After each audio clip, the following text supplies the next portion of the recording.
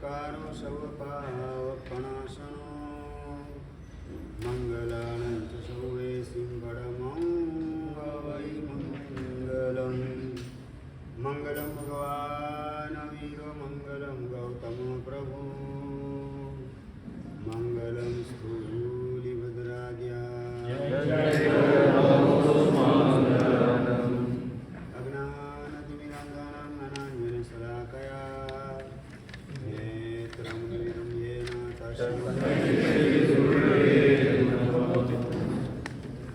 દરેકની પાસે નાની પુસ્તિકા પ્રભાવના સ્વરૂપે સંઘ તરફથી આપવામાં આવેલી છે. એની અંદર આપણે 49મી ગાથા ત્યાં પહોંચેલા છે. 49.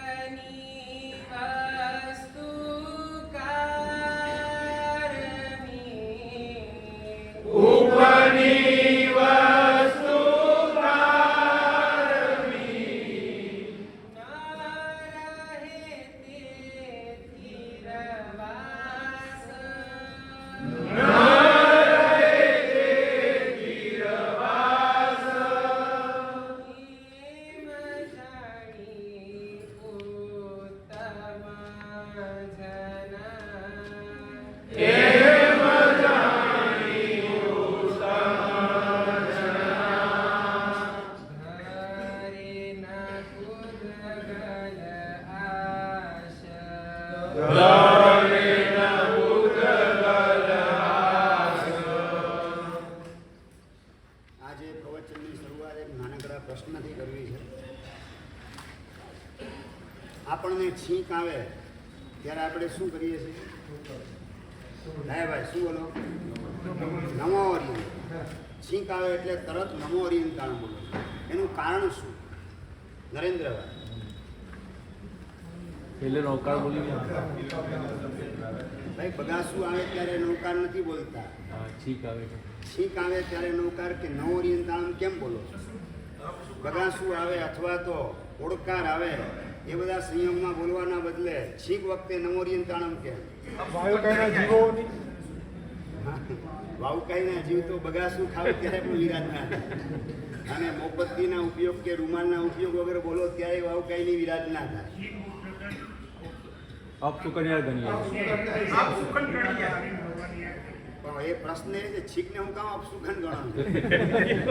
સમજાવવામાં આવ્યું.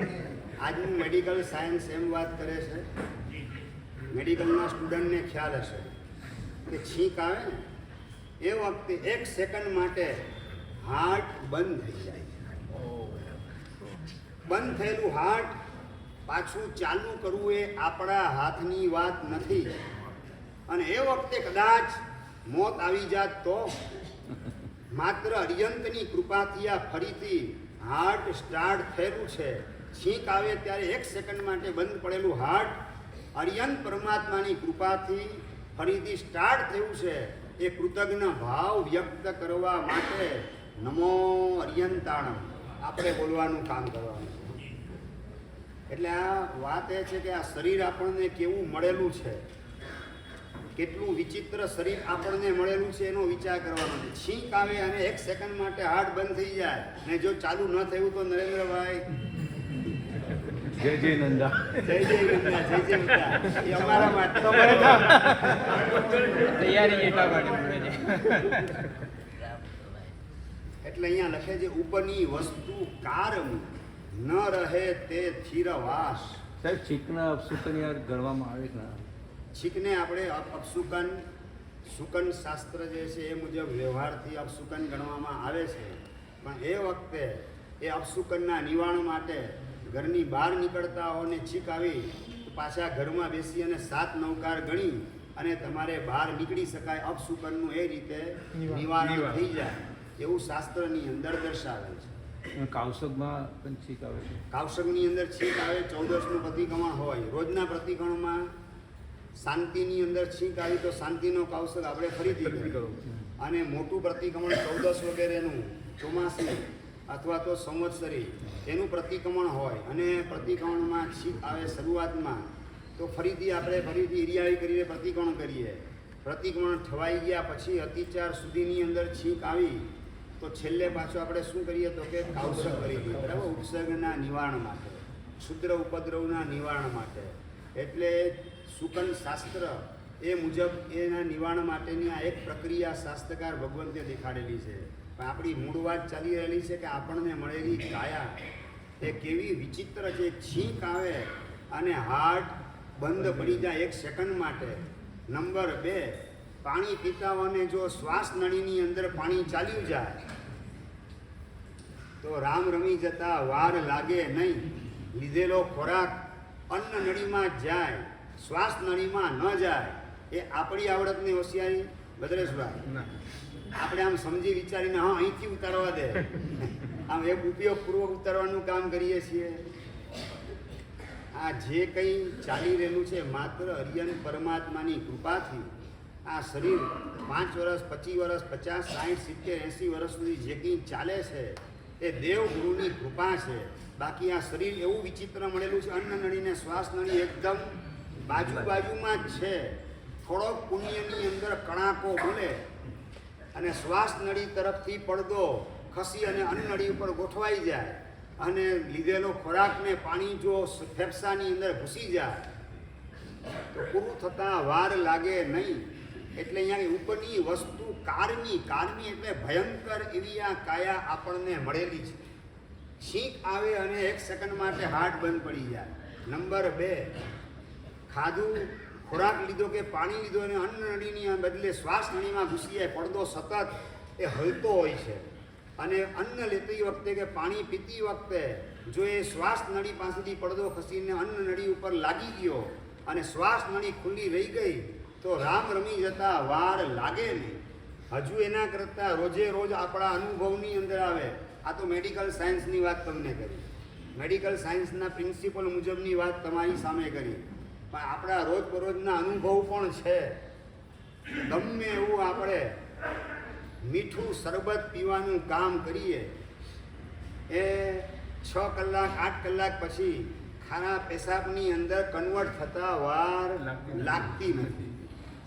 ગમે એવું ઠંડુ પાણી પીધું હોય અને ગરમ પેશાબ રૂપે બહાર નીકળવાનું કામ કર્યા વિના રહેતું નથી, કાં પરસેવા રૂપે બહાર નીકળવાનું કામ કરે. જે બિલકુલ ગંદુ નથી, એકદમ સ્વચ્છ છે, શીતળ છે, સ્વાદુ છે એવો શરબત કે સાદું પાણી અંદરમાં નાખો અને પરસેવા રૂપે ગંધાવા માંડે, મૂત્ર રૂપે બહાર નીકળવા માંડે. આ બધી કાયા એ બેસ્ટ માલ અંદરમાં નાખો અને એને વેસ્ટ કરીને બહાર કાઢવાનું કામ કરે. એવી કારની કાયા, એવું વિચિત્ર શરીર આપણને મળેલું છે. સારામાં સારા મેવા મીઠાઈ ફ્રૂટ ફરસાણ નાખેલા હોય પેટની અંદર, 24 કલાક પછી એ વિષ્ટા સ્વરૂપે બહાર પડે, એને જોવું ગમે, એની અડવું ન ગમે, એની ચર્ચા કરવી ન ગમે, એવા પ્રકારની આ ફેક્ટરી આપણને મળેલી છે. તો એ વખતે કેમ હાસનો અનુભવ થાય? એ વખતે હાસનો અનુભવ થાય? એ હાસનો અનુભવ, સંડાસમાં જઈને હાસનો અનુભવ થાય શું વાત? કહીએ ત્યારે આ ખાતી વખતે એ જ વાત કહું છું કે આ જે કંઈ મોહ રાજા એ તમારા પ્રશ્નનો જવાબ આના પછીની 50મી ગાથામાં આપે છે કે મોહગ્રસ્ત હોવાના કારણે એ વખતે આપણને એમાં મજા આવે છે. એટલે આગળ કહેશે મોહ તજી સમતા ભજી જાણો વસ્તુ સ્વરૂપ. આગલી ગાથામાં એ વાત કરવાની છે. અત્યારે આ ગાથાની આપણે વિચારણા કરીએ. આ ગાથામાં બતાવ્યું ઉપરની વસ્તુ કારની, આ વસ્તુ ઉત્પન્ન થયેલી વસ્તુ એટલે આપણી આ કાયા જે ઉત્પન્ન થયેલી છે એ કારમી એટલે કે ભયંકર છે, અતિ ચિત્ર વિચિત્ર સ્વભાવની છે. મેવા મીઠાઈ ફ્રૂટ ફરસાણ નાખીએ અને વિષ્ટા સ્વરૂપે બહાર કાઢવાનું એ કામ કરે. તમારી ફેક્ટરી હોય ને એમાં વેસ્ટ માલ નાખો, એમાંથી બેસ્ટ માલ, રો મટીરિયલ રફ હોય, ફિનિશિંગ કરેલો માલ ન હોય, પણ કંપનીમાંથી ફેક્ટરીમાંથી જ્યારે બહાર માલ આવે ત્યારે ફિનિશિંગ કરેલો એકદમ એટ્રેક્ટિવ માલ દેખાવા માંડે. દુનિયાની ફેક્ટરી બધી એવી છે કે જેની અંદર રો મટીરિયલ સાવ કચરા જેવું દેખાતું એ નાખવામાં આવે, પણ બહાર નીકળતો માલ એકદમ એટ્રેક્ટિવ હોય. અને આ શરીરની ફેક્ટરી એવી છે આપણી, જેની અંદર બેસ્ટ માલ નાખો અને વેસ્ટ તરીકે બહાર નીકળવાનું કામ કરે. આપણે અંદર લઈએ ને પ્રત્યેક સમયે શ્વાસની અંદર લેવાનું કામ શેને કરીએ? ઓક્સિજન. ને બહાર શું કાઢીએ? Carbon dioxide. સમજાય છે બરાબર? હવા, પાણી, ખોરાક જે પણ અંદર નાખીએ સારામાં સારી કન્ડિશનની અંદર, પણ બહાર નીકળે એટલે કચરા છાપ થઈને બહાર નીકળે છે. કોઈના કામમાં આવે નહીં, કોઈના યુઝમાં આવે નહીં. એ સ્થિતિની અંદર આ કચરાનું પ્રોડક્શન કરનારી ફેક્ટરી, બેસ્ટ માલને વેસ્ટ કરનારી ફેક્ટરી, એમાં બિલકુલ મોહાવા જેવું નથી. આ સમજણ અંદરમાં આપણે સ્થિર કરવાની છે. એના સ્વરૂપ વિશે વિચારણા કરીએ તો જ એના પ્રત્યેનો મોહ ઘટી શકે. અને નંબર 2, ગમે એટલું એને સાચવવાનું કામ કરો. હિરેનભાઈ, 3 ટાઈમ ખવડાવો, 5 ટાઈમ ખવડાવો, ડૉક્ટરની વ્યવસ્થિત ટ્રીટમેન્ટ વગેરે કરાવો, જરાય એને તકલીફ ન પડે, એસી સેન્ટ્રલ એસી બંગલાની અંદર એને સુવાડવાનું કામ કરો, છતાં પણ કહે છે અહીંયા કે ન રહે તે થીર વાસ. એ તમારી ઈચ્છા હોય કે કરોડો વર્ષ સુધી મારે જીવવું છે, પરંતુ આ સ્થિરતાથી વસવાટ કરે લાંબો સમય, એવા પ્રકારની આ કાયા નથી. એનો જેવો સમય આવે એટલે કાયા પડી જતા વાર લાગે નહીં, હાર્ટ બંધ થતા વાર લાગે નહીં. આગલી સેકન્ડ સુધી મજાક મસ્તી કોકની આરે કરનારો માણસ પણ આયુષ્યની દોરી કપાઈ ગઈ પછી આ કાયા ટકવાની નથી, હાર્ટ ચાલવાનું નથી, ઓર્ગન શરીરના જેટલા પણ છે બધા સ્ટોપ થઈ જાય, એક પણ ઓર્ગન કામ કરી શકે નહીં. એવી સ્થિતિની અંદર આ કાયા ગોઠવાઈ જવાની છે. ન રહે તે થિરવાસ. એને ગમે એટલો સાચવવાનું સંભાળવાનો પ્રયાસ કરું, ગમે એટલી એની સ્થિતિ લંબાવવા માટેના અભરખા મારા હોય, પ્રયાસ મારા હોય, પરંતુ આ કાયા લાંબો સમય ટકે તેવી નથી. એટલે એમ જાણી ઉત્તમ જના ધરે ન પૂદગલ આશ. એમ જાણીને ઉત્તમ વ્યક્તિ શું કરે તો કે એની આશા, પૂદગલની આશા, શરીરની આશા અંદરમાં ધારણ કરે નહીં. સમજે છે કે આ કાયા મારા કંટ્રોલમાં નથી, કર્મના કંટ્રોલમાં. તો કર્મના કંટ્રોલમાં જે હોય ત્યાં મારે માથું મારવાની જરૂરત નથી. એ કર્મના ઉદય મુજબ, પુણ્ય પાપના ઉદય મુજબ આ શરીરનું સંચાલન ચાલવાનું છે. એમાં માથું મારવાના બદલે મારું કામ આ ધર્મશાળામાં જ્યાં સુધી રહેલો છું ત્યાં સુધીમાં મારું કામ મુસાફર તરીકે આત્માના કલ્યાણનું, આત્માના ઉત્થાનનું, આત્માના ઉદ્ધારનું કાર્ય વહેલી તકે મારે કરી લેવું છે. આ કોણ સમજે તો ઉત્તમ જના. ઉત્તમ કોને કહેવાય? દયાભાઈ, ઉત્તમની વ્યાખ્યા. સારાને સ્વીકારે ઉત્તમ, સારાને ને સાચાને સ્વીકારે. ભગવાનની કેટલી વાત આપણે સ્વીકારીએ છીએ. ભગવાનની દરેક વાત સારી અને સાચી, એનો સ્વીકાર ભાવ આપણી પાસે કેટલો. આપણે ઉત્તમ જન્મમાં આવીએ કે ના આવીએ. સંસ્કૃત વ્યાખ્યાની અંદર ઉત્તમ એટલે તમસો ઉદ્ગતા યે તે ઉત્તમા. તમસ એટલે કે અજ્ઞાનનો અંધકાર, ગેરસમજણ, ભ્રાંતિ, ભ્રમણા, આ બધી ખોટી માન્યતા, આ બધું તમસ છે. અને તમસો ઉદ્ગતા, તમસમાંથી જે નીકળી ગયા, બહાર નીકળી ગયા, પોતાની જાતને માંથી બચાવી લીધી, ઉગારી લીધી, એને કહેવાય છે ઉત્તમ. અને એવા ઉત્તમ જનની અંદર આપણે આપણો નંબર લગાવવાનો છે. કોઈ ગાણ આપે એ વખતે, કોઈ અપમાન કરે એ વખતે અભિગમ કેવા પ્રકારનો? રાહુલભાઈ, કોઈ પૈસા દબાવીને બેસે એ વખતે અભિગમ ભગવાન હમણાં બોલ્યા ને દીપકભાઈ કે સારી વાતને, સાચી વાતનો સ્વીકાર કરે એ ઉત્તમ કહેવાય. તો સાચી વાત એ છે ભગવાન કહે છે તારા કર્મના ઉદયથી આ પરિસ્થિતિનું નિર્માણ થયેલું છે એનો શાંત ભાવે સ્વીકાર કરી એમાંથી અસંગ ભાવે પસાર થઈ જા અને સામેની વ્યક્તિ તારા પાપ કર્મ ખપાવવાની અંદર હેલ્પર છે, સહાય કરનાર છે એવો આંતરિક સ્વીકાર કરી એના પ્રત્યે મૈત્રી ભાવ ટકાવવાનું કામ કર, મંગલ મૈત્રી ભાવનો સેતુ રચવાનું કામ કર અને આ કર્મના બંધનમાંથી મુક્ત થઈ અને ઝડપથી મારી પાસે સિદ્ધ શિલામાં તું આવી જા. આ ઉત્તમ એવા પરમાત્મા સાચી અને સારી વાત આપણને કહી રહેલા છે. એનો સ્વીકાર કરવાની તૈયારી દીપકભાઈ કેટલી આવે? દબાયેલા પૈસા પાછા લેવાનો પ્રયત્ન તો કરવો પડે કે નહીં? તમે પ્રયત્ન કરો એની ના નથી, પણ પ્રયત્ન કર્યા પછી નિષ્ફળતા મળે એ વખતે એના પ્રત્યે દ્વેષ અને દુર્ભાવ જે કરો છો એની પરમાત્મા ના પાડે છે. પ્રયત્ન વિવેકપૂર્વક ઉચિત રીતે જે તમે કરો એની કોઈ મનાઈ નથી, પરંતુ એ પ્રયત્નમાં સફળતા ન મળે ત્યારે એના પ્રત્યે દ્વેષભાવ, દુર્ભાવ, તિરસ્કાર અને એનાથી આગળ વધીને હવે તો કોઈને પણ છે ને જિંદગીમાં પૈસા આપે બીજા પાછો એવો નિર્ણય, એનો મતલબ દુનિયાના બધા માણસ ઉપર એક જાતનો આક્ષેપ કરીએ છીએ આપણે. જે મને 5 લાખ આપતો નથી મેં આપ્યા છતાં પણ, એટલે દુનિયામાં અત્યારે માણસો આવા જ છે. કળિયુગની અંદર બધા હળહળતો કળિયુગ આવી ગયો. શું લાગે એ વખતે તમારા કોઈક દબાવીને બેસે ત્યારે હળહળતો કળિયુગ તમને લાગવા માંડે અને પાછા તમે તમારી કળિયુગી બુદ્ધિના કારણે દુનિયાના બધા માણસો એને વિલન તરીકે જોવામાં ગોઠવાઈ જાઓ. હવે એક પણ માણસને એક પણ રૂપિયો મારે આપવો નથી, આવા પ્રકારની ગાંઠ તમામ જીવો પ્રત્યે બાંધવાનું કામ શાસ્ત્રકાર જેને અનંતાનુબંધીનો ક્રોધ કષાય બતાવે છે. અનંતા જીવો પ્રત્યે વેરની ગાંઠ બાંધવાનું કાર્ય એક વ્યક્તિએ તમારા પાપ કર્મના ઉદયથી તમારી સાથે કરેલો નબળો વ્યવહાર અને એના કારણે રિએક્શન સ્વરૂપે તમે જગતના તમામે તમામ જીવો એટલે અનંતા જીવો પ્રત્યે મનમાં ગાંઠ બાંધો. મારી તાકાત હોય તો પણ હવે એક પણ રૂપિયો કોઈને આપવો નથી, આવા પ્રકારનો અંદરમાં વેરની ગાંઠને બાંધવાનો પ્રયત્ન એ અનંતાનુબંધી કષાય, ક્રોધ અનંતાનુબંધી બની જાય એ ભૂમિકાએ તમે તમારી જાતને ગોઠવો છો.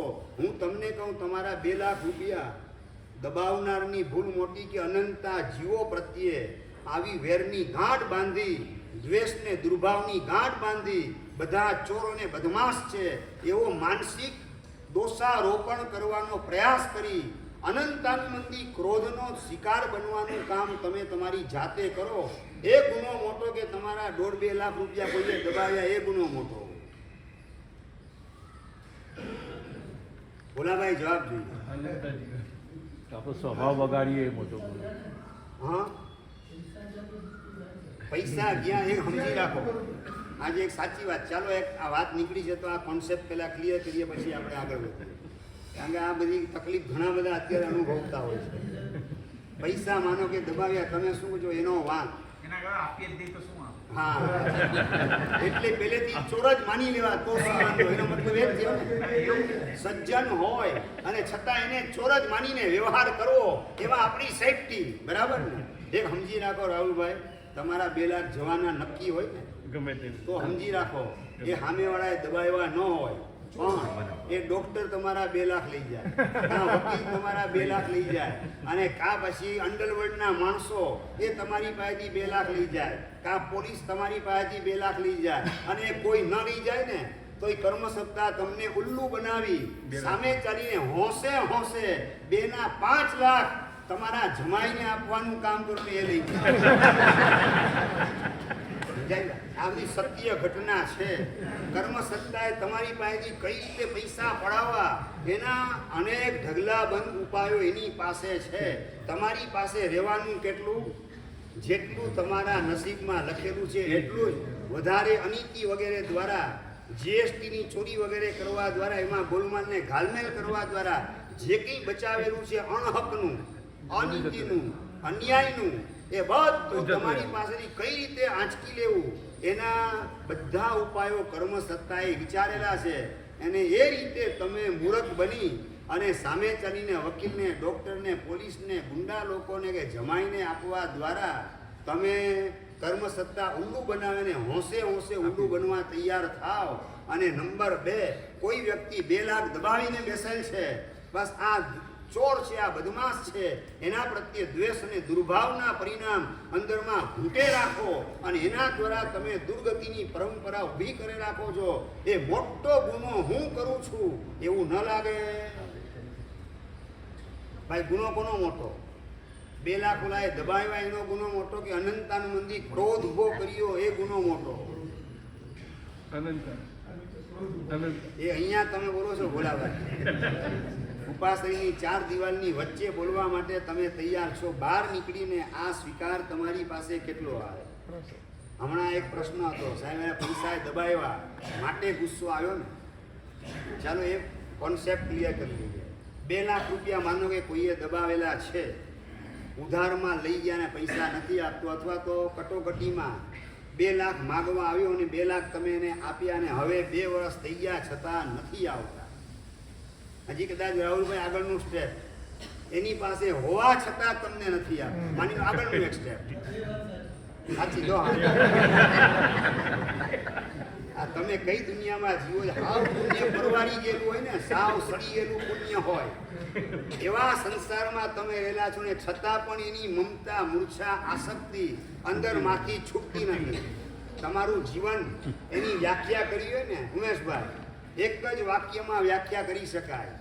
શિમલાનું સફરજન હોય ને, બહારથી લાલ ચટાક દેખાતું હોય અને અંદરમાં સાવ સડીને સાફ થઈ ગયેલું હોય, કીડા ખદબદતા હોય, ખાવા લાયક બિલકુલ રહેલું ન હોય, એવું શિમલાનું લાલ ચટાક અંદરથી સડી ગયેલું સફરજન, એના જેવી સ્થિતિની અંદર આજના કહેવાતા ઘણા શ્રીમંતો આવું જીવન જીવી રહેલા હોય છે.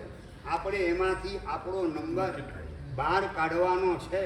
અંદરથી સડી ગયેલું એટલે કે જેના ભાવ બગડેલા હોય એવા પ્રકારની સ્થિતિમાં આપણે આપણી જાતને બિલકુલ ગોઠવવી નથી. ચાલો ફરીથી વાત, 2 લાખ રૂપિયા દબાવ્યા. અહીંયા માનો કેટલા માણસ બેસેલા? 500 માણસ માનો કે બેઠા છે. એ 500 માણસમાંથી કોઈના ન દબાવ્યા ને તમારા જ 2 લાખ દબાવ્યા. વાય? ચાલો આનો જવાબ ભદ્રેશભાઈ. આ 500 માણસ આ સભામાં બેસેલા છે, કોઈના ન દબાવ્યા ને તમારા 2 લાખ રૂપિયા એને દબાવ્યા. શા માટે દબાવ્યા? કોઈ ગૌમાં દબાયા આપણે આપ્યા એટલે તમે ના બસ સરસ વાત છે. તમે આપેલા હોય 10 વ્યક્તિને, છતાં 9 જગ્યાએથી પાછા આવી ગયા ને 10મી જગ્યાએથી પાછા ના આવ્યા. શા માટે? 10 જગ્યાએ તમે 2 લાખ આપ્યા, 2 ના બદલે 5 ને 7 આપ્યા, 9 જગ્યાએથી રકમ પાછી આવી ગઈ, 1 જગ્યાએથી 2 લાખ રૂપિયા પાછા ના આવ્યા. શા માટે? જો આપવાના કારણે ના આવે તો બાકીની 9 જગ્યાએથી રકમ પાછી ન આવી જોઈએ. 9 જગ્યાએથી આવી ગઈ અને 1 જગ્યાએથી નથી આવી. શા માટે મેહુલભાઈ? હા, 9 ઈમાનદાર હતા કે તમારા પાપનો ઉદય 9ની સાથે જોડાયેલો નહોતો, માટે 9 જણાએ તમારા દબાવ્યા નહીં, અને 10મી વ્યક્તિ સાથે તમારા પાપનો ઉદય જોડાયેલો હતો. એના કારણે તમે એના પહેલા દબાવેલા હતા ગયા ભવમાં, માટે એને આ ભવની અંદર તમારા દબાવવાનું કામ કરેલું છે. તેની અંદર વાંક એનો કેટલો સમજવો? એનો વાંક કેવી રીતે સમજવો? હું એ જ કહું છું, ગોવાળનો વાંક સમજવાનો કે નહીં સમજવાનો?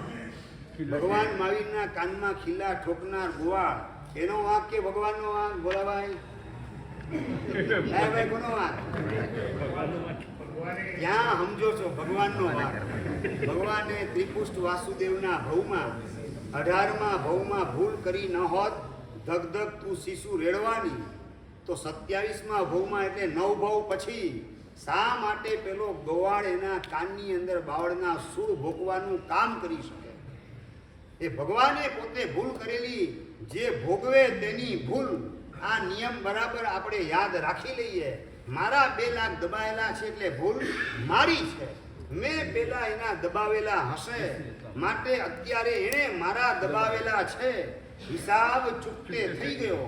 એ છૂટો ને હું છૂટો, હવે હું મોક્ષની સાધના કરું માવિદેહ ક્ષેત્રમાં આવતા ભવની અંદર આ મને આવતા ભવમાં નડવાનું કામ નહીં કરે. હિસાબ અહીંયા પૂરો થઈ ગયો, હિસાબ ચોખ્ખો થઈ ગયો, આપણે ભાર બોજ આપણો ઉતારી નાખ્યો પાપ કર્મનો. તો આવતા ભવની અંદર મોક્ષની સાધના કરીશ ત્યારે આ વખતે મારી વચ્ચે ટાંગ ડાળવાનું કામ નહીં કરે, મારી ગાડી સાધનાની આગળ વધતી અટકાવવાનું કામ હવે નહીં કરી શકે. આવી સ્વસ્થતા સમજણપૂર્વક તમે કેમ ટકાવી નથી શકતા? તો સાહેબજી પૈસા મળવાના હોય ત્યાં પણ આ નિયમો લાગુ પડે. પૈસા મળવાના હોય, તમે સૌથી પહેલા તમને શરૂઆતમાં જ વાત કરેલી છે કે જે પૈસા મળે છે એમાં 80% તમારો પુણ્યોદય કામ કરે છે, 20% મેક્સિમમ તમારો પુરુષાર્થ કામ કરે, એનાથી વધારે નહીં.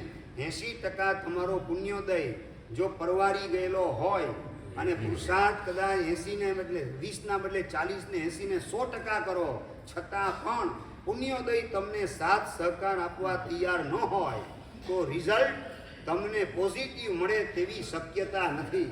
એટલે મહેનતનો હિસ્સો 20% છે, 80% સંસારના ક્ષેત્રમાં સફળતા એ પુણ્યને બંધાયેલી છે. આ સમીકરણને નજરની સામે રાખી આપણે સમ્યક પુરુષાર્થ યોગ્ય મર્યાદામાં રહીને ભગવાનની આજ્ઞા મુજબનો તમે પ્રયાસ કરો, એની કોઈ મનાઈ નથી. પરંતુ એ પ્રયત્ન કર્યા પછી જ્યારે રકમ હાથમાં ન આવે ત્યારે એના પ્રત્યે દ્વેષ દુર્ભાવ કરી રૌદ્ર ધ્યાન કરી અને નરકે જવાનું આયુષ્ય બાંધી દેવું એવી મૂર્ખામી કરવી છે કે હિસાબ ચૂકતે થઈ ગયું, હવે એ છૂટો ને હું છૂટો, હું સાધનાના માર્ગે શાંતિથી આગળ વધી શકીશ. એ રીતે ધર્મ ધ્યાનની વિચારણામાં ગોઠવાઈ જવું, આ વિપાક વિચય નામનું ધર્મ ધ્યાન છે.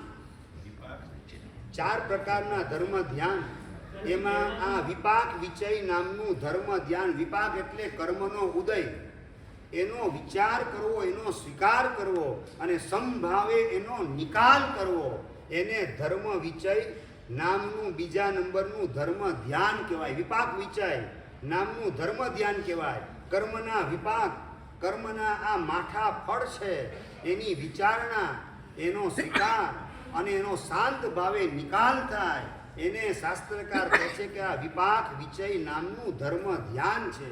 વિચય એટલે કે વિચાર, કર્મના વિપાકનો, કર્મના ઉદયનો વિચાર કરી એનો સ્વીકાર કરી શાંત ભાવે નિકાલ કરવા માટે પરમાત્માનું શાસન આપણને મળેલું છે.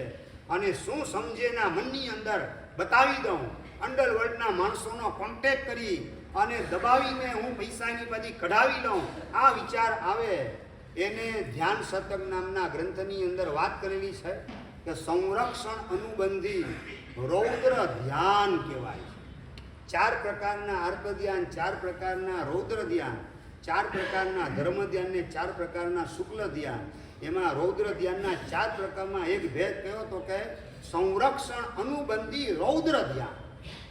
મારા પૈસા મારે સાચવવા છે, મને કોઈ પણ હિસાબે જોઈએ, મારી કેપિટલ જરાય ઘટવી જોઈએ નહીં, એમાં વધારો થવો જોઈએ. આ પ્રકારની વિચારણા સતત ચાલતી જાય અને એની અંદર ડિસ્ટર્બ કરનાર સામેની વ્યક્તિ દેખાય અને એને પતાવી દેવા સુધીના વિચારની અંદર તમે તણાવવા માંડો, એને શાસ્ત્રકાર સંરક્ષણ અનુબંધી રૌદ્ર ધ્યાન તરીકે ઓળખાવે છે. અને રૌદ્ર ધ્યાન ધ્યાન શતકમાં જ લખેલું છે, અટ્ટેણ તિર્ય ગઈ રુદ્રેણ નિરય ગઈ. આર્ત ધ્યાન દ્વારા તિર્યન ગતિને, રૌદ્ર ધ્યાન દ્વારા નરક ગતિ થાય. આવી નરક ગતિનું બુકિંગ મારે કરાવવું નથી. હું તમને ફરીથી પૂછું પ્રશ્ન, 2 લાખ દબાવનારનું નુકસાન, એને નુકસાન તમને વધારે કર્યું કે સંરક્ષણ અનુબંધી રૌદ્ર ધ્યાન દ્વારા બીજી નરકનું બુકિંગ કરાવવા દ્વારા તમે તમારી જાતને વધારે નુકસાન ઊભું કર્યું? ભાઈ તમને વધારે નુકસાન પહોંચાડનાર કોણ? આપણે બોલીએ. બસ આ જો સમજણ આવી જાય કે મને નુકસાન પહોંચાડનાર બીજી કોઈ વ્યક્તિ નથી, હું પોતે જ છું. મતલબ કે મારે ફરિયાદ કોઈની પણ સામે કરવાની હોય તો હું પોતે જ છું. મારે મારા પોતાની સામે જ ફરિયાદ કરવાની છે. મેં કર્મ બાંધતી વખતે સાવધાની ન રાખી, ભગવાનની વાત બંધ સમય ચિત્ત ચેતીએ, ઉદયે સો સંતાપ. આ પ્રભુની વાત શાશ્વત સનાતન સમીકરણ એને મેં ગંભીરતાથી ધ્યાનમાં આપી અને કર્મબંધમાંથી બચવાનો પ્રયત્ન પૂર્વભાવમાં જો કરેલો હોત તો આવા પ્રકારની સિચ્યુએશન મારી સાથે વર્તમાન કાળમાં ઊભી ન થાત. એટલે મારે ફરિયાદ કોઈની પણ સામે કરવાની હોય, એકમાત્ર મારે મારી સામે ફરિયાદ કરવાની છે. આ વિચારણા આવે એટલે વિપાક વિચય નામનું ધર્મ ધ્યાન તમારું ક્લાઇમેક્સ ઉપર પહોંચતું જાય. અને એ વખતે જો આયુષ્ય બંધાઈ જાય તો કદાચ પેલો બીજો ત્રીજો કે ચોથો વૈમાનિક ડેવલપ એનું આયુષ્ય તમારા ખાતામાં ગોઠવાઈ જાય. ફાયદો કરાવનાર તમને 2 લાખ કોઈ દબાવે એ વખતે પણ તમારે તમારી જાતને ફાયદો કઈ રીતે કરાવવો એ પરમાત્મા આ રીતે આપણને સમજાવી રહેલા છે. 2 લાખ દબાવે એ વખતે પણ ચોથા દેવલોકનું આયુષ્ય બાંધવા દ્વારા તમે તમારો ફાયદો ઊભો કરી શકો છો. અને ઓલો 2 લાખ દબાવે અને એ વખતે સંરક્ષણનું અનુબંધી રૌદ્ર ધ્યાન એના માધ્યમથી બીજી નરકનું બુકિંગ કરાવવાનું કામ પણ તમે કરાવી શકો છો.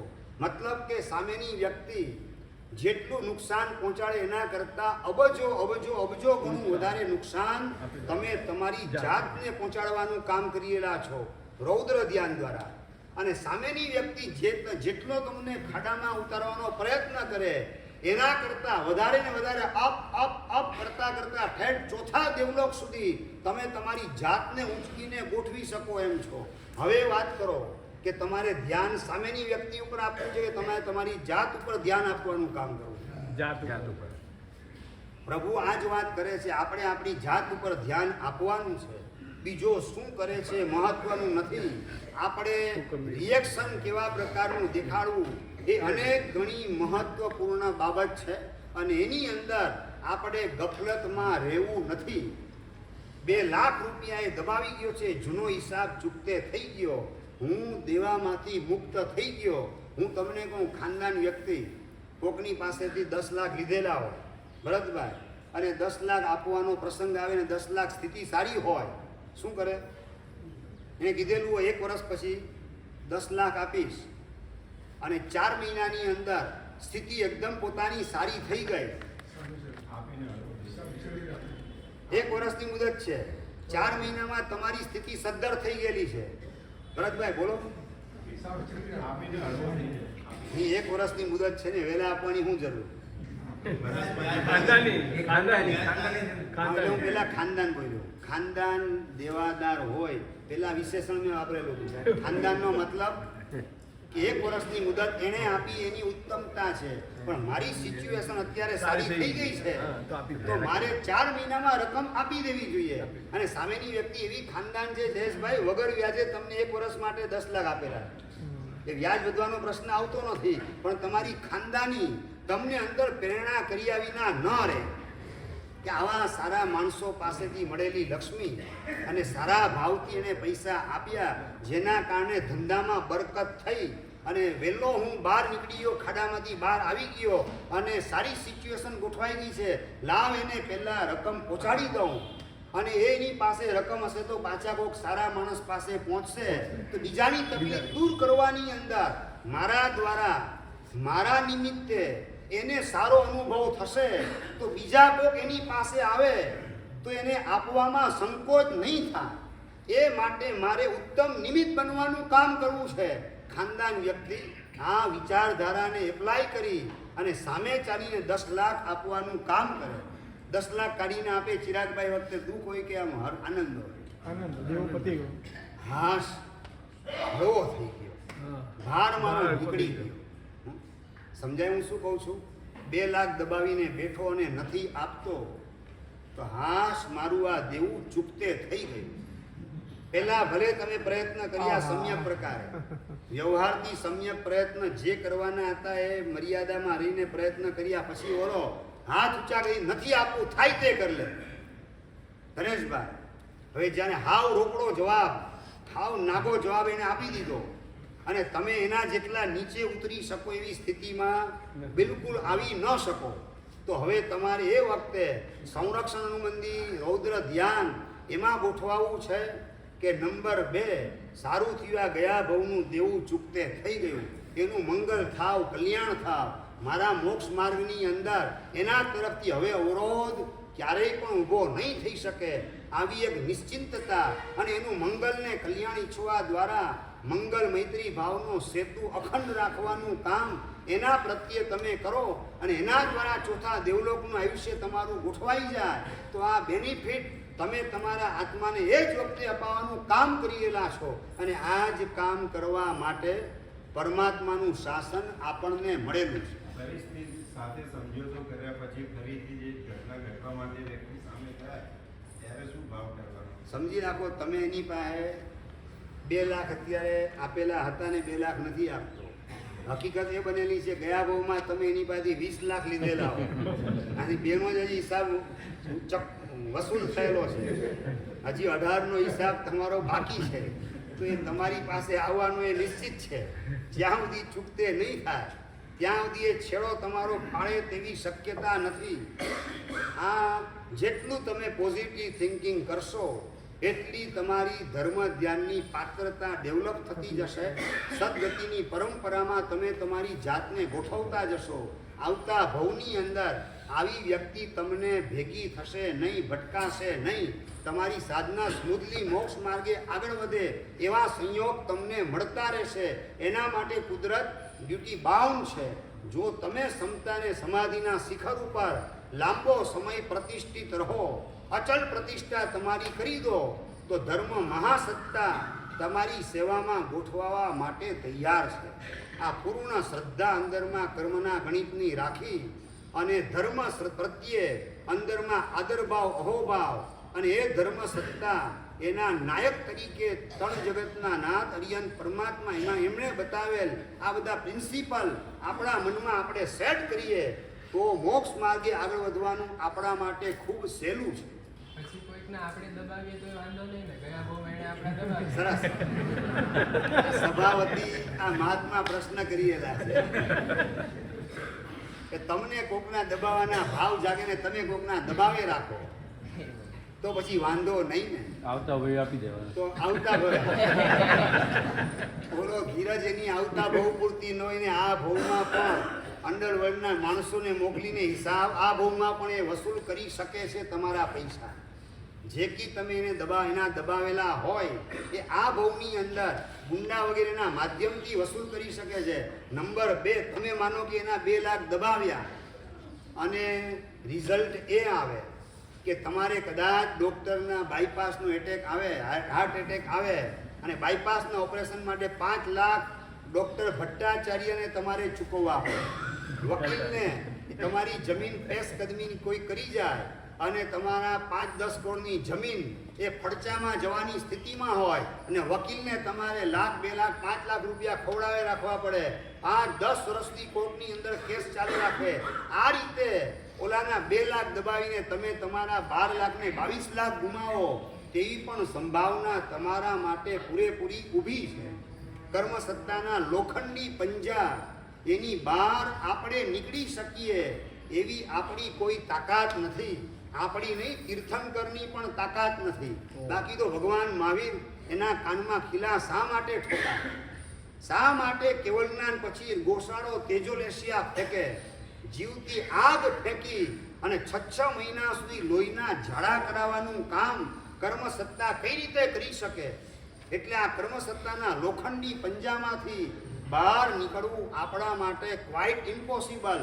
આપણે જેટલા ડાયા રહીએ, સમજુ રહીએ, પરમાત્માની વાતનો સ્વીકાર કરવા તૈયાર થઈએ અને આપણી ક્ષમતા, આપણી સમાધિ ટકાવીએ અને નંબર 2, આપણા નિમિત્તે કોઈને ક્લેશ અને સંક્લેશ પેદા ન થાય એની સતત કાળજી રાખીએ.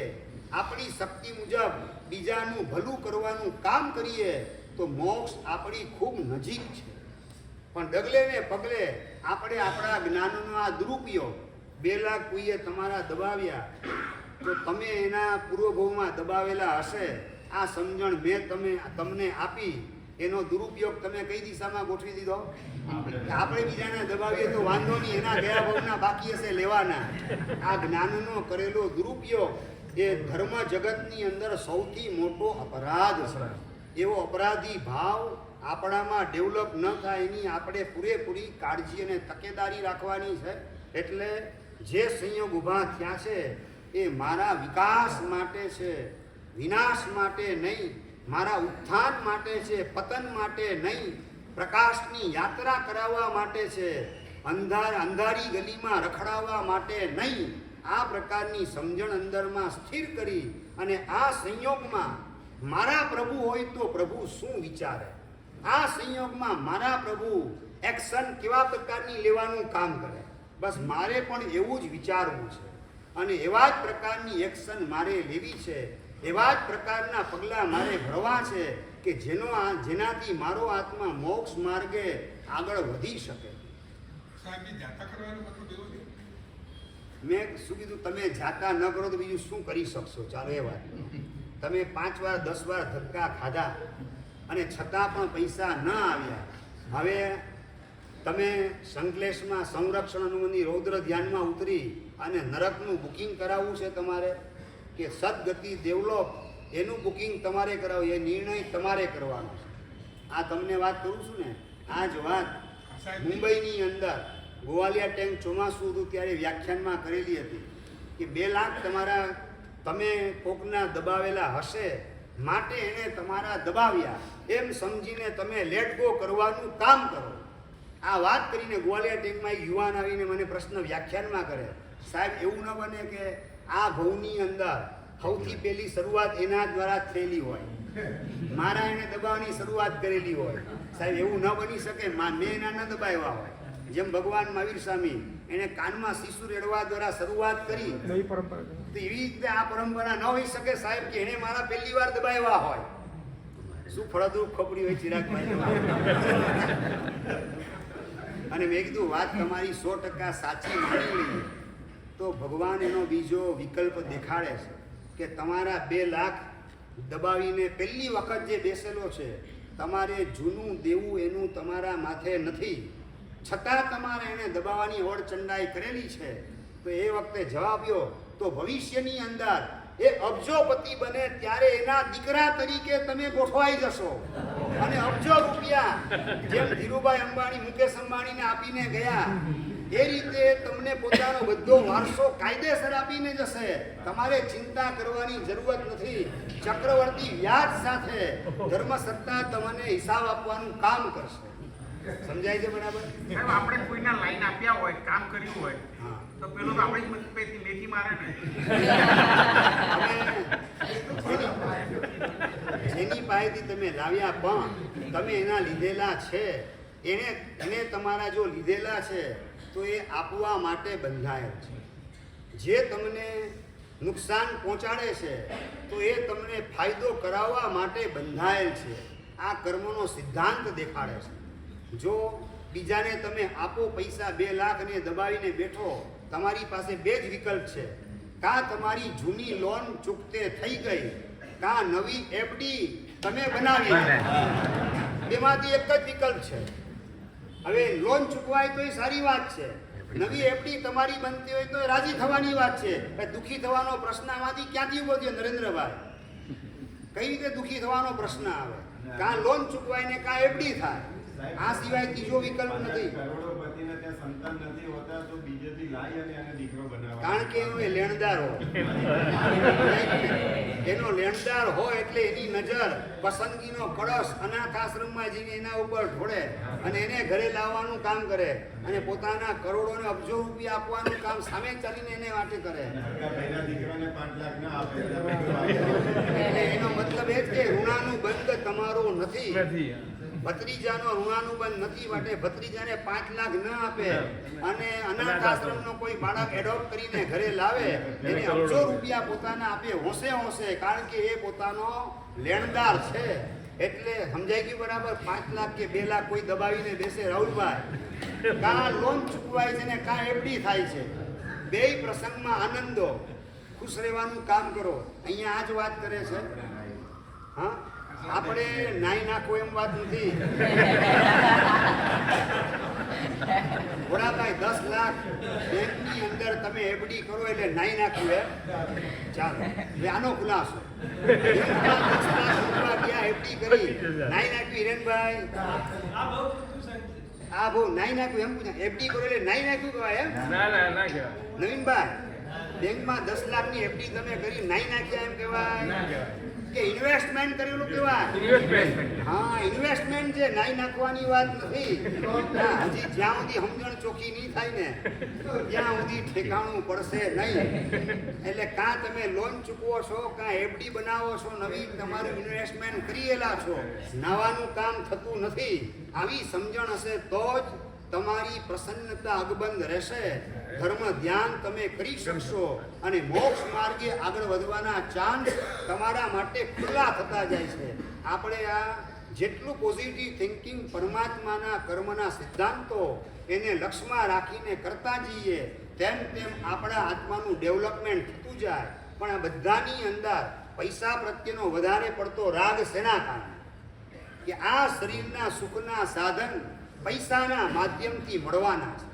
પછી એ 2 વ્હીલર હોય કે 4 વ્હીલર હોય, પંખો હોય કે એસી હોય, પછી એ તમારો ફ્લેટ હોય કે બંગલો હોય, જે કોઈ સુખના સાધન તમે માનેલા છે આ શરીરના, એ બધા વાયા પૈસા આવે છે. એટલે શરીર પ્રત્યેની મમતાના કારણે આ બધા નવા નવા પ્રોબ્લેમ ક્રિએટ થઈ રાખે છે, ડેવલપ થઈ રાખે છે.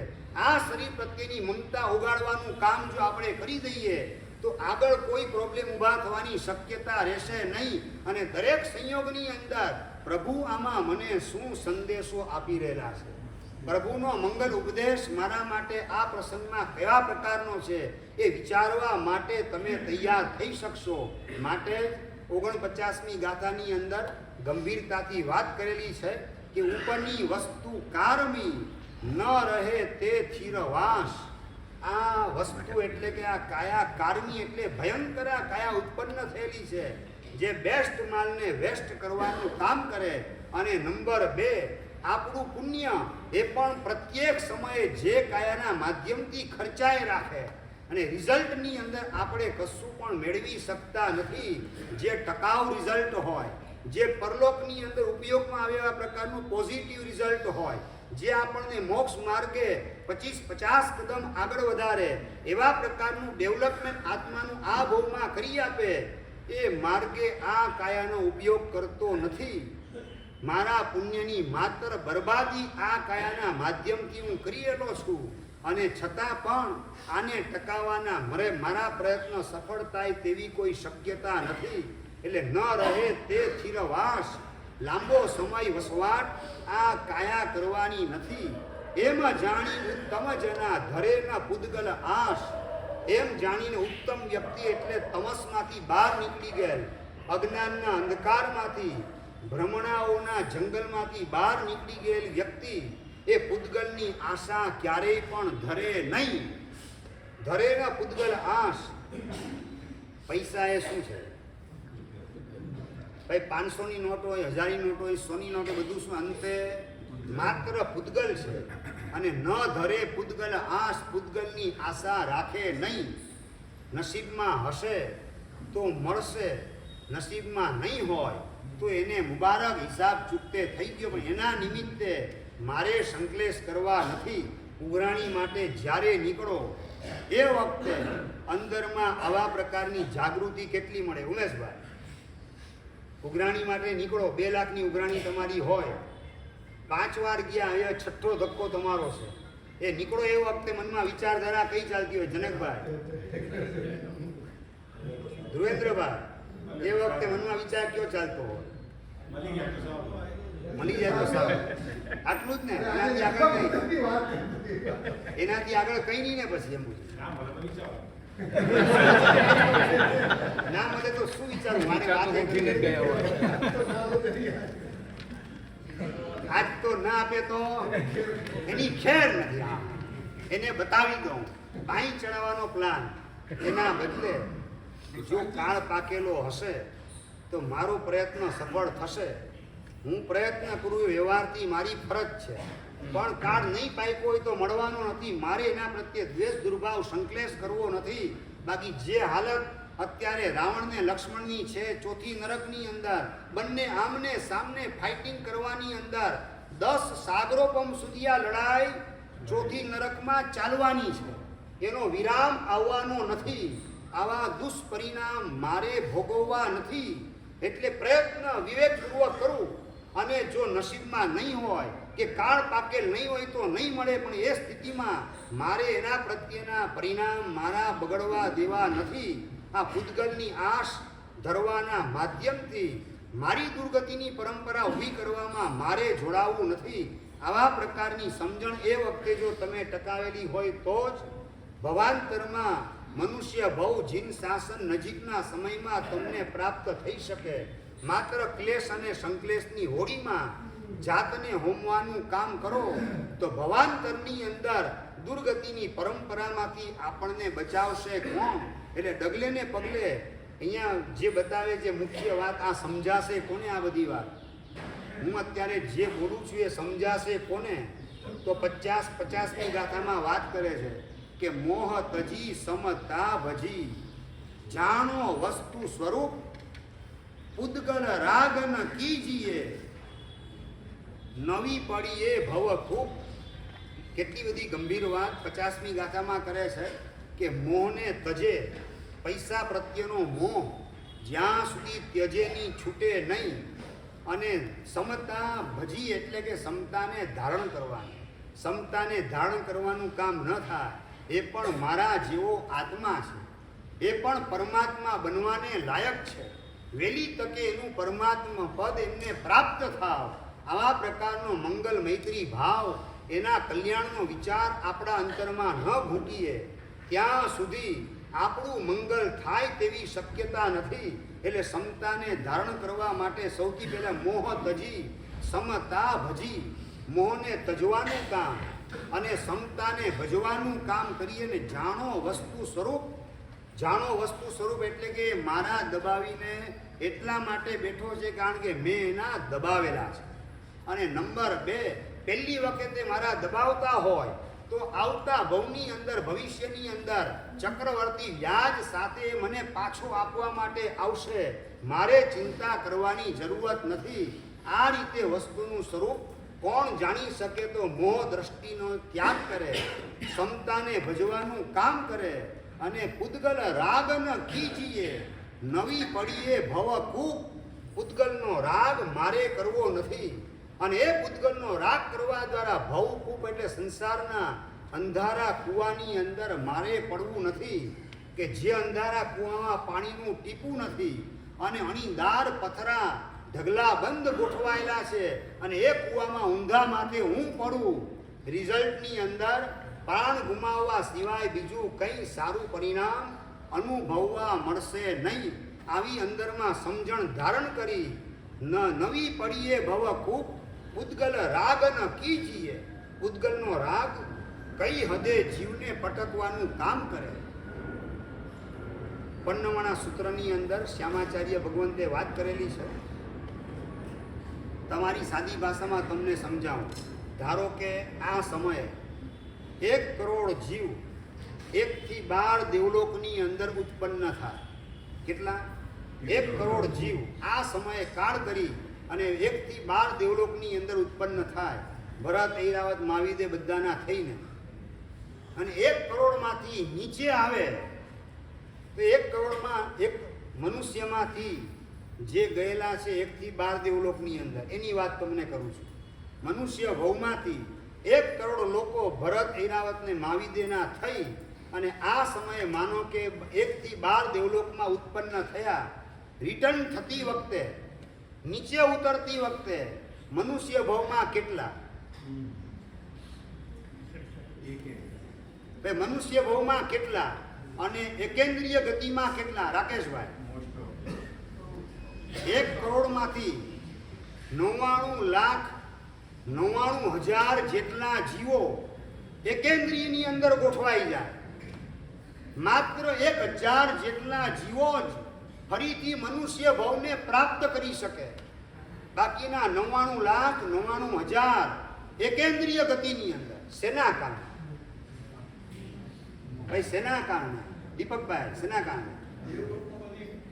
દેવલોકમાં ગયા પછી ત્યાં હોજની અંદર નાવામાં આસક્ત થઈ જાય, અપ્સરાની પાછળ પાગલ બની જાય અને હોજની અંદર, તળાવની અંદર, વાવડીની અંદર જે કમળ વગેરે ખીલેલા હોય એની માયાને મમતા અંદરમાં ઘૂંટાતી જાય રત્નના વિમાન પોતાને પ્રાપ્ત થયેલા હોય, એ રત્નના વિમાન પ્રત્યેની કારમી આસક્તિને મૂર્છા અંદરમાં ઘૂંટાતી હોય અને એના કારણે રત્નના વિમાન પણ કેવા હોય તમે કલ્પના કદાચ નહીં કરી હોય. સૂર્ય ને ચંદ્ર એ તો વૈમાનિક દેવલોકમાં કેટલા હોય રાકેશભાઈ? એકેય નહીં. વૈમાનિક દેવલોકની અંદર સૂર્ય ચંદ્ર એકેય નહીં. તો ત્યાં અંધારું ઘોર હોય કે અજવાળું હોય? ત્યાં લાઇટની વ્યવસ્થા, અહીંથી જીબીની લાઈન ત્યાં પહોંચે કે ના પહોંચે? ના પહોંચે. લાઇટની વ્યવસ્થા અહીંની કોઈ કામ લાગી શકે એમ નથી, અને છતાં ત્યાં અજવાળું કેવું? તો કે જે રત્નના વિમાન છે એ સૂર્ય કરતા વધારે પ્રકાશ પાથરવાનું કામ કરતા હોય એવા ઝળહળતા તેજસ્વી રત્નો, એનાથી બનેલા રત્નના વિમાનના થાંભલાઓ હોય, સૂર્ય કરતા પણ વધારે પ્રકાશ પાથરવાનું કામ કરે. કરોડો કરોડો અબજો યોજન સુધી પ્રકાશ એનો પથરાતો હોય એવા પ્રકારના રત્નના વિમાનની આસક્તિને મૂર્છા એની અંદર એનું આયુષ્ય બંધાઈ જાય તો એ વૈમાનિક દેવલોકમાં 1 થી 12 દેવલોકમાં જેટલા 1 કરોડ ગયેલા છે એમાંથી 99,99,000 ક્યાં? તો કે કા પૃથ્વીકાયમાં રત્નના વિમાન, રત્ન શું કહેવાય? પૃથ્વીકાય. કા પૃથ્વીકાયમાં એન્ટ્રી થઈ ગઈ અને કા વાવડીની આસક્તિ એટલે અપકાયની અંદર એ ફસાઈ ગયા. અને નંબર 3 વાવડીમાં ખીલેલા કમળ વગેરેની મમતા મૂર્છા એના કારણે વનસ્પતિકાયનું બુકિંગ એણે કરાવી લીધું. કા પૃથ્વીકાય, કા અપકાય ને કા વનસ્પતિકાય. 1 કરોડમાંથી 99,99,000 એ પૃથ્વીકાય, અપકાય અને વનસ્પતિકાયનું બુકિંગ કરાવી અને ત્યાંથી બહાર નીકળે. માત્ર 1,000 જેટલા જ જીવો એ ક્યાં ફરીથી આવી શકે? તો કે મનુષ્ય ભવમાં આવી શકે. શાસ્ત્રની પરિભાષાની અંદર અસંખ્ય બહુભાગ એકેન્દ્રીય ગતિમાં જાય છે, આ વાત કરેલી છે. અસંખ્ય બહુભાગ એટલે કે 1 કરોડ, એના તમે ભાગ કેટલા કરો? 10,000 ભાગ. એક ભાગમાં કેટલા આવે? 1,000. બરાબર? 1,000 આવે. 1,000 માંથી અસંખ્ય બહુભાગ એટલે 1 ભાગ રાખો ને બાકીના બધા ભાગ કઈ જગ્યાએ? તો કે એકેન્દ્રિયની અંદર ફસાઈ જાય. એ 12મા દેવલોકમાં ગયા પછી પણ અહીંયા જે લખેલી વાત જો ગંભીરતાથી ધ્યાનમાં રાખેલી ન હોય, પૂતગલ રાગ ન કીજીએ, આ દેવ વિમાનનો રાગ, વાવડીનો રાગ, વાવડીના કમળ અને વાવડીનું પાણી એનો રાગ જો એને કરેલો ન હોત તો આવી સ્થિતિમાં એકેન્દ્રીયની અંદર એને ફસાવવું પડ્યું ન હોત. અને એકવાર એકેન્દ્રીય ગતિમાં આવી ગયા પછી ત્યાંથી બહાર નીકળવું એ રત્ન ચિંતામણીની પ્રાપ્તિ કરતાં પણ વધારે દુર્લભ છે એવું શાસ્ત્રકાર દેખાડી રહેલા છે. તો આ માત્ર ને માત્ર અંધારા કૂવામાં જ પડવાની વાત છે કે બીજી કોઈ વાત છે? નવી પડીએ ભવકૂપ. જો આ સંસારના અંધારા સૂકા કૂવામાં જ્યાં અણીદાર પથરા અને ખુલ્લા છરા નીચે ગોઠવાયેલા છે ત્યાં ઊંધા માથે પડવાની ભૂલ આપણે કરવી નથી. કેના દ્વારા? તો એ પૂતગલ રાગ કરવાના માધ્યમથી. નવી કીજીએ પૂતગલ રાગ. પૂતગલનો રાગ એનો જો આ અંજામ હોય તો આવો પૂતગલ રાગ કરવો આપણને પોસાય કઈ રીતે? વૈમાનિક દેવલોક જેવી ઊંચી પોસ્ટ ઉપર ગોઠવાયા પછી પણ આત્માની બેઇજ્જતી થાય એવા પ્રકારની સ્થિતિમાં કર્મ સત્તા એને ગોઠવી દે અને એકવાર એકેન્દ્રીયમાં ગયો એટલે અનંત કાળ સુધી રમણ ભમણ એનું ચાલુ જ રહે. બહાર નીકળવાનો સ્કોપ એના હાથમાં હોય નહીં એવી સ્થિતિની અંદર કર્મ સત્તા એને ફસાવી દે. એ બધાની અંદર મૂળભૂત કારણ એણે પોતે કરેલો પૂતગલનો રાગ છે. પૂતગલનો આંધળો રાગ, પૂતગલનો તીવ્ર રાગ. અને આ સ્થિતિ આપણી ન સર્જાય માટે કહે છે પૂતગલ રાગ ન કીજીએ, નવી પડીએ ભવ કૂપ. પૂતગલનો રાગ આપણે કરવો નથી ને સંસારના અંધારા કૂવામાં આપણે ઊંધા માથે પડવું નથી. આવી જાગૃતિ રાખીએ એ જ મંગલ કામના. જીનાજ્ઞા કહેવાય તો ઈચ્છા. ધન્યવાદ. બચ્ચે ખાન.